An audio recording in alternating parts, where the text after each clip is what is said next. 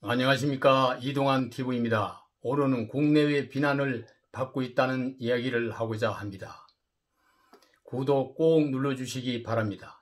대북 전단 금지법을 다수당 여당이 야당과 보수단체가 그렇게 반대를 하고 전 세계 자유민주 국가가 비난을 하는데도 강행 통과를 밀어붙였습니다.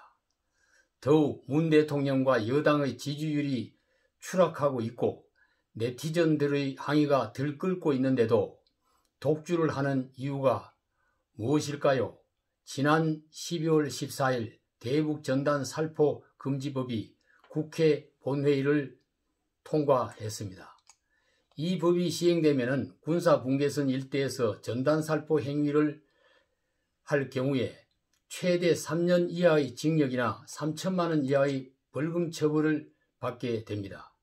16일에는 국민권익위원회 소속 중앙행정심판위원회가 탈북민 이민복 북한 동포 직접 돕기 운동 대북풍선단 단장이 대북전단을 사회 재난으로 보고 규제는 하는 데 대하여 이의 제기를 한 행정심판을 전날 심리 후에 각하했다고 밝혔습니다.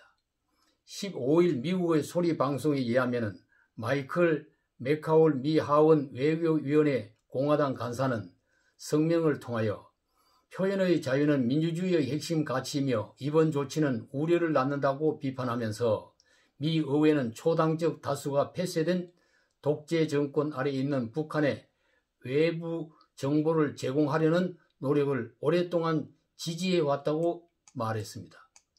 미 의회 내 초당적 기구인 톰 렌토스 인권위원회 공동위원장인 크리스 스미스 공화당 하원의원은 한국이 법안을 통과시키면 청문회를 소집하겠다고 말했습니다. 미국 대학생 오투 원비어 씨가 북한에 억류되었다가 숨진 사건으로 북한의 인권 문제에 대한 우려가 큰 상황에서 대북 전단 금지법이 출범하는 바이든 정부와 한미 간 갈등의 사안이 될 수도 있습니다. 휴먼 라이츠 워치 등 47개 국제인권단체는 15일 문 대통령에게 북한의 인권 탄압에 강경하고 원칙적으로 접근해야 한다는 공동서한을 보냈습니다. 보수 성향 변호사 단체인 한반도 인권과 평화를 위한 모임 한변은 대북 전단 금지법에 대한 헌법 소원과 효력 정지 가처분 신청을 낼 계획입니다. 통일부는 대북 전단은 북한 주민의 인권을 약화시키는 역효과를 야기하고 북한 주민의 알 권리를 보장하지 않는다고 말했습니다. 북한 노동당 중앙위원회 제1부부장인 김여정이 지난 6월 담화와 그 후에 남북연락사무소를 폭파하면서 대북 전단을 문제 삼고 남북관계 단절을 통보했었습니다. 이에 즉각 정부와 여당은 이 법안을 추진했던 것입니다.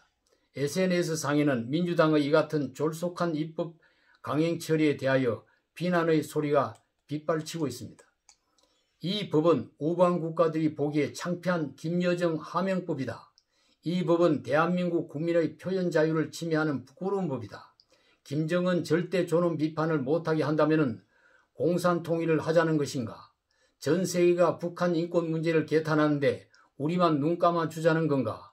북한에 대한 짝사랑과 평화 구걸로 세계인의 조롱을 받는다는 등의 항의가 계속되고 있습니다. 대북 정책은 외교의 기본 원칙인 상호주의로 나가야 합니다. 물론 언행에 선후가 있고 거리의 차이가 있을 수 있습니다. 그러나 북한은 핵미사일 개발과 도발을 일삼고 신형 무기를 전진 배치하는데 남북 정상이 판문점에서 만나 전쟁 없는 평화시대가 왔다는 선언을 했으니 무조건 경계를 풀고 일방적으로 무장을 해제해서는 안 될 것입니다. 인권 유린의 참상을 당하고 있는 북한 동포에게 일반 국민이 보내는 것을 법으로 다스린다니 자유민주주의를 표방하는 국가로부터 조롱을 받는 것이 당연한 일입니다. 북한이 총을 내리면 내리고 손을 내밀면 잡으면 됩니다. 물론 내가 먼저 손을 내밀 수도 있습니다. 그러나 손을 비비며 손을 잡아달라고 하는 것은 외교 전략의 아주 하수에 불과한 것입니다. 감사합니다.